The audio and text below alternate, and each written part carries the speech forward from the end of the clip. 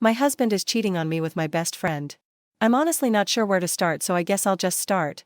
My husband and I have been dating since I was 19 and he was 22. We've been married for 6 years now. We have 2 kids, and I'm 6 months pregnant with our third. 2 years ago, I found out that my dad had stage 3 colon cancer. My dad is my only parent as my mom passed away when I was 12. He's my favorite human and life without him doesn't seem as colorful. His laugh is contagious, and he gives these big bear hugs that seem to make all of your broken pieces feel like they're perfectly in place again. Whenever I've had a hard day he doesn't poke or prod, and just lets me vent and listens. About 5 months ago we discovered the treatments aren't working for him, and in direct quote of the doctor he said, "Months not years." Since then, he's gotten progressively worse and now is losing his memory. He looked at the dog he got for me on my 21st birthday and said, "Wow, that's a nice dog, where'd you get it?" My husband has been my absolute rock. He has been there for me, holding my hand and helping me through this. He's been so loving and attentive to both my kids, and don't get me wrong, I am a mother first always. I don't allow myself to wallow. My kids are still loved, cared for, played with, and I haven't let my load slack around the house. Once my dad got his updated prognosis, my husband encouraged me to quit my job. About a month later, we discovered we were pregnant again, and I still hadn't let go of my job. I kept holding out for some reason. After finding out I was pregnant again, he assured me it was still okay to quit my job, that honestly it would save us a small fortune on daycare costs anyways. So I did. I quit my job. My best friend and I have been friends since we were in diapers. Her family is like my family and vice versa. My mom and her mom grew up together. We've always been solid, and right after my dad's appointment, when we found out he had so little time left, I drove straight to her house and she held me while I cried for hours. If there are soulmates in friend form, she was mine. As thick as thieves, is what my mom used to say. This morning as I was up with my 3-year-old who is currently sick, my husband's work alarm was going off. He has a few he sets, so I turned that one off and gently woke him up. He said he was up late working, so he took the morning off. Rolled over and went back to sleep. As I went to turn off the remainder of his alarms, I saw a text from my friend on his lock screen that said, "I'm assuming since there hasn't been an angry pregnant lady on my doorstep you haven't told her about us yet." Time froze in that moment. I took his phone and walked away and just read their conversations. For 4 months, this man has been going behind my back with my best friend. For months these people have been lying to my face. And I know what you're going to say, you should have seen the warning signs. But I've been clutching this phone in my hand for 2 hours and nothing. He has been so loving and attentive to me, but he always has been. He's so kind and gentle. There has been no late night work nights, except for once in a blue moon. There has been no lingering touches between them or even glances. They act as they have since the day that I first introduced them. How sick is it that she calls him her brother, but she also screws him? I know so many people get a moment of clarity in situations like this, but I have none. Aside from being sad about my dad, I haven't changed. I'm still a loving wife and mother. I still doted on him and my children. I talk to him about how he is doing and how was his day every freaking day. I haven't allowed the ground to swallow me whole. I know what I have to do now, but I just don't want to. I'm about to lose my family and my support system in one blow. I'll confront him tomorrow. Today? Today I just need this last 24 hours of peace. As for her? I won't give her the satisfaction of a response. I don't care why she did it. She did it and it's done. I was always the friend who cleaned up her messes. After today I will cut her out of my life like she never mattered at all. This has to be the hardest storm I'll ever weather, but damn it, I know it'll sail through it. If not for me, for my children. Update, a small update about everything going on since my kids are now in bed for the night. I spent the morning gathering everything I could and making a checklist. I sat in my office for the better part of the morning telling my husband that I was preparing things for my dad. Not a total lie, I did have to get him sorted with hospice today. My boss would be happy to have me back, however my lawyer said pump the brakes on that idea for the time being. However, my old boss did tell me that whenever I'm ready, the door is open and to just give her a call. He does not have access to my inheritance from my father nor my mother. My lawyer assured me in that. I didn't mention her in the post, but my mother-in-law is an absolute angel. I love and adore her so much, and she's always been a shoulder to lean on. After he had gone to work for the afternoon, I asked my now ex-best friend's mom and my mother-in-law to meet me at my dad's house. My kids were outside playing with the now ex-boyfriend's older brother. I just handed them the screenshots, saving them from the unsavory pictures and videotape they made, though I did tell them it existed. To say they were furious was an understatement, and they are on my side completely. Angie, my now ex-best friend's mom, is ready to cut contact with her daughter completely. She kept repeating how sorry she was. We hugged and cried together. My mother-in-law told me she couldn't believe she raised a spineless, terrible human. That no matter what happens I will always have her, and as far as she's concerned she doesn't have a son, only a daughter. After an in-person meeting with my lawyer, we went over finances, logistics, and everything you could think of. She has all of the proof and she's out for blood. With this post now on TikTok I don't want him to find out by an app, because one look at the story and he'd know it was about him. My ex-boyfriend, her mom and dad, my soon-to-be ex and his parents will be having a get-together tomorrow. By the time they're sitting down and showing them everything and that I know, my dad, my kids, and my ex-best friend's brother who is coming to help me juggle the kids and my dad, being big and pregnant doesn't help with mobility, will be at my dad's cabin a few hours away enjoying time and space. I know a lot of people were hoping for me to get revenge or do psychological warfare, but honestly after my kids went to bed I took a shower and just broke. I don't have the strength or energy to dish anything out. I just want out. Pretending like everything was okay today was too exhausting and I just don't want to do it. Once he finds out tomorrow I'll update with aftermath, as I'm sure it will be huge. As for now, thank you all so much for your kindness, warmth, and support. Truly. Your words have helped giving me the strength to keep my head above water. I appreciate every single last one of you for everything. Update, for my typing's sake I'm going to give everyone fake names, so for context, I will refer to my mother and father-in-law as Ruth and Joe. I will refer to my ex-best friend's parents as Angie and Bob, my ex-best friend will be Jess, her brother will be Jake, and by soon-to-be ex will be referred to as Tyler. And I'll just refer to my dad as Dad. I have a few things I want to get through so I'll just summarize as best as I can, and if you have any questions I'll answer in the comments. To get this out of the way because to me it feels important.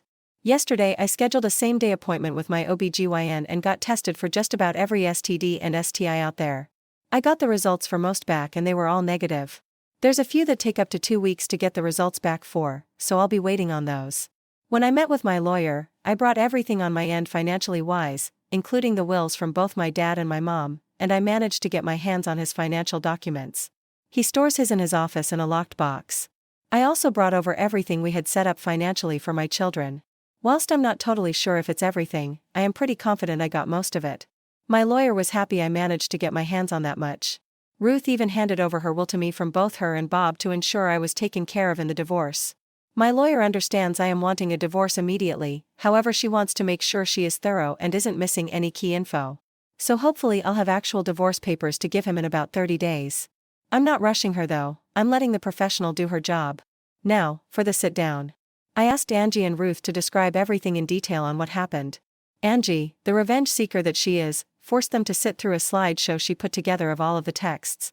I know a lot of you were concerned about one of them telling them sooner than later, but they were so secretive they didn't even tell their significant others about what was happening. Once the slideshow ended, Tyler tried lunging for Jess and Joe actually had to force him to sit down. Tyler was shouting profanities at Jess and telling her she will regret this. Jess started crying and begging her parents for forgiveness. Bob looked his daughter in the eye and told her he will never forgive her for this, blood or not she is no daughter of his. He didn't raise his daughter to be this person. Jess was always a daddy's girl so I think that cut her pretty deep. Jess is in the middle of a divorce herself, and her parents were giving her money for her lawyer and they told her she is cut off from them both financially and physically. Tyler's dad was irate. According to Ruth, he looked like he was holding back on throttling him. From there Tyler went straight home. I know because we have a Ring doorbell camera along with a few cameras in the house for our kids to keep an eye on them when we aren't right next to them. Tyler came home and saw that most of mine and the kids' stuff was gone and he lost it. He started yelling and throwing things. The house is now trashed with a few holes in the walls for decoration. When he didn't find us there he went to my dad's. Whilst I did spend most of the day he was at work packing and moving things into my dad's house, we were already at his cabin. Tyler took a baseball bat to my dad's door trying, and failing, to break it down. My dad's neighbor actually called the cops on him and he was arrested. His parents refused to bail him out. I had an appointment with my therapist today. I've had one for a year now since I was struggling with my dad, and it felt good to just cry it out and let everything out about how I was feeling. It was very helpful and she gave me a few tools to work through my emotions with this one. I felt very grounded and empowered leaving my session today. I'm also planning on setting up my children with a therapist when we get back from the cabin to figure out the best way to deal with telling them. I know people said I shouldn't, but I will be telling them, just in an age-appropriate way. I don't want there to be secrets and lies between us. I've always been as open and honest as I can with them, again in the most kid-appropriate way. Just because they're small, they're still my kids and deserve the truth. I had a handful of comments telling me I should stay and every man cheats. I should work things out because most of our marriage was good. I refuse to believe all men cheat. My parents were married for 20 years, and after my mom passed, my dad never moved on. I watched my dad love my mom for 12 of those years and cherish her.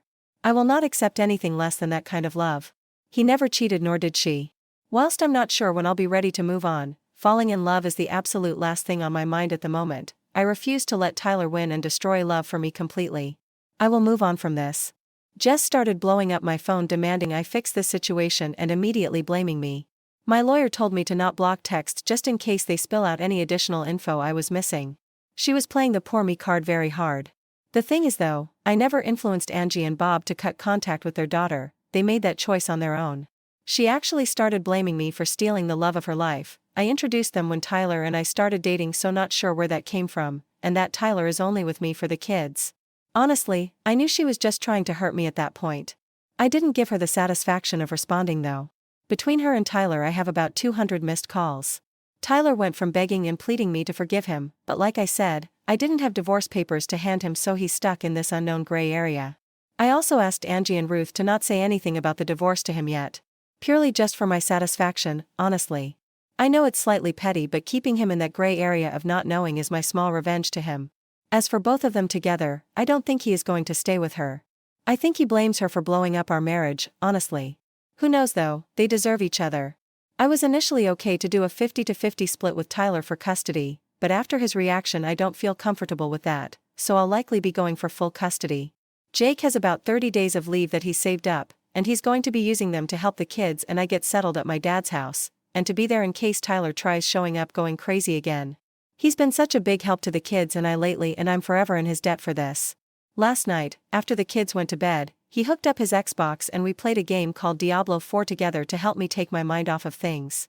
It was fun. However, he did sort of confess that he's always had feelings for me somewhere in the midst of things, but also told me to not say or do anything back. He understands a relationship or anything like that isn't on my mind and won't be for a while, but just that he's felt that way since we were teenagers and just wanted to get it off his chest. Thank you again. Seriously, your comments, your support, your messages, all of it has been one giant breath of fresh air. Just knowing I have a whole online community willing to go to bat for me has kept me treading water these last couple days. Your comments have popped in my head when I felt like just giving up on leaving him because it's so hard, and gave me so many great points and helpful advice. I know I deserve more and I can't accept his actions. And to the people who commented relating to my situation, my heart goes out to you all. This pain is awful and I hate that so many of you can relate, but your stories have resonated deep within me. You all keep commending me for my strength, and my personal favorite is telling me how proud of me you are. Every time I see those words I start to tear up, but your words have helped put me at ease so that way I could do what I knew I needed to do. So I'll leave this here for now. If anything of importance happens when I go back home, I'll update further. Thank you all, and I hope you have a wonderful evening.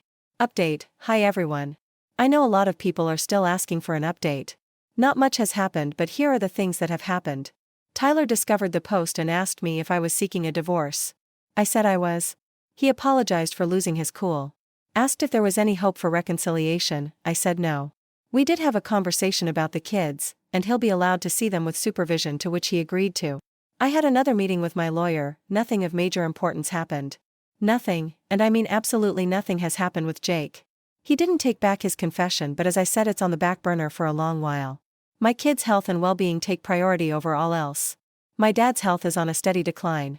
He's now in the hospital with no release date in the immediate future. Please send over thoughts and well wishes his way. My kids are adjusting well. We have a therapy appointment for them scheduled next week to help them. My oldest has more questions than the rest, but I'm trying to save any big conversations for the therapy appointment, so I know I'm conveying the answers in a meaningful and the least harmful way. Also, my oldest made tryouts for the traveling soccer league, yay. Oh, and the baby is doing great. Things have calmed down a lot. Truly. I feel like I have a better grip on things. I've been putting most of my focus on my dad and kids to keep myself busy. Thank you friends for the love, support, and for checking in. Update. Hey everyone. I'm still getting daily messages and comments for an update, so here is what could possibly be my final one. My dad passed away about a week after my last update. I knew it was coming, but it still feels like a gut punch. Thank you for everyone who kept him in your thoughts. Truly. My marriage has officially ended. Once Tyler discovered just how serious I was about leaving him, he became compliant and was willing to give me everything I asked for in the divorce. So my lawyer opted for a dissolution versus divorce. The process is a lot quicker and went smoothly. As of right now, I have full custody while he works out his anger management and whatnot with therapy. I'm not sure if I'll ever trust him again with the kids, but I'm also in therapy, as well are my kids. I'm not making any decisions at all right now when it comes to that. He gets supervised visits at a facility where there is an army of staff and security and someone is there at all times. That's once a week, and he does get video calls twice a week. The kids are adjusting pretty well.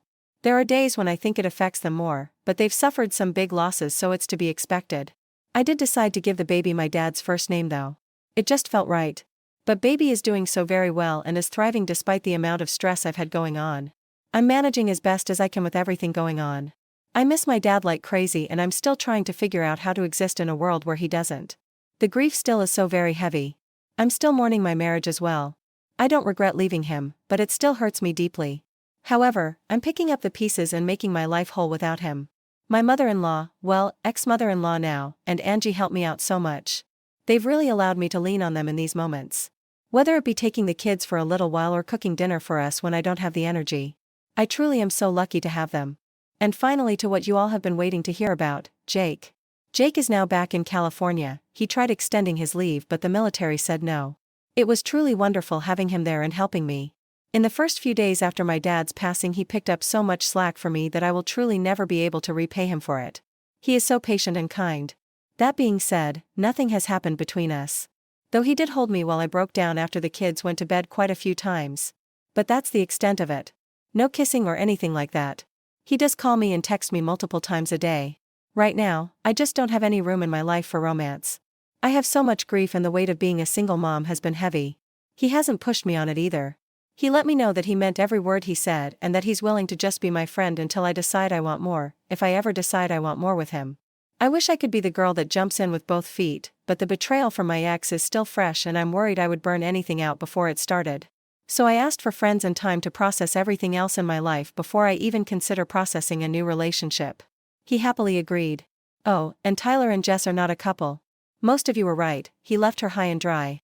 Though I don't wish misery on anyone, I'd be lying if I didn't say I get the smallest amount of satisfaction that her life went up in smoke. She's been blacklisted from her family. And I know a lot of you said it's weird that her parents did that, but if you guys knew just how deep my bond went with that family it wouldn't seem weird at all. Angie is like my surrogate mom. She gave me the safe sex talk, the period talk, she listened to me cry about the boys who broke my heart, she held my hand while I delivered my kids. When she talks about me she calls me her daughter. She knew my mom for practically her whole life. She held my mom's hand when she delivered me and if anything had happened to both of my parents, she is who I would have gone to live with, my parents had that in their will. So with all of that being said, please just be kind to me in the comments. I put this off for a few days because of how hostile some people were and the prospect of being called a liar doesn't sound too appealing at the moment. Again, I can't thank you for the amount of light and love I've received from you. I promise I read every comment and message, I just haven't had the capacity to respond. You have really helped brighten my days with all of your words of encouragement. I appreciate you all. I am so lucky to have an army of internet friends, you guys are the best. This is it for now, I probably won't post anything else for a while. I'm still trying to find my footing and I'm trying to get settled in a new routine before I bring a brand new baby in the world.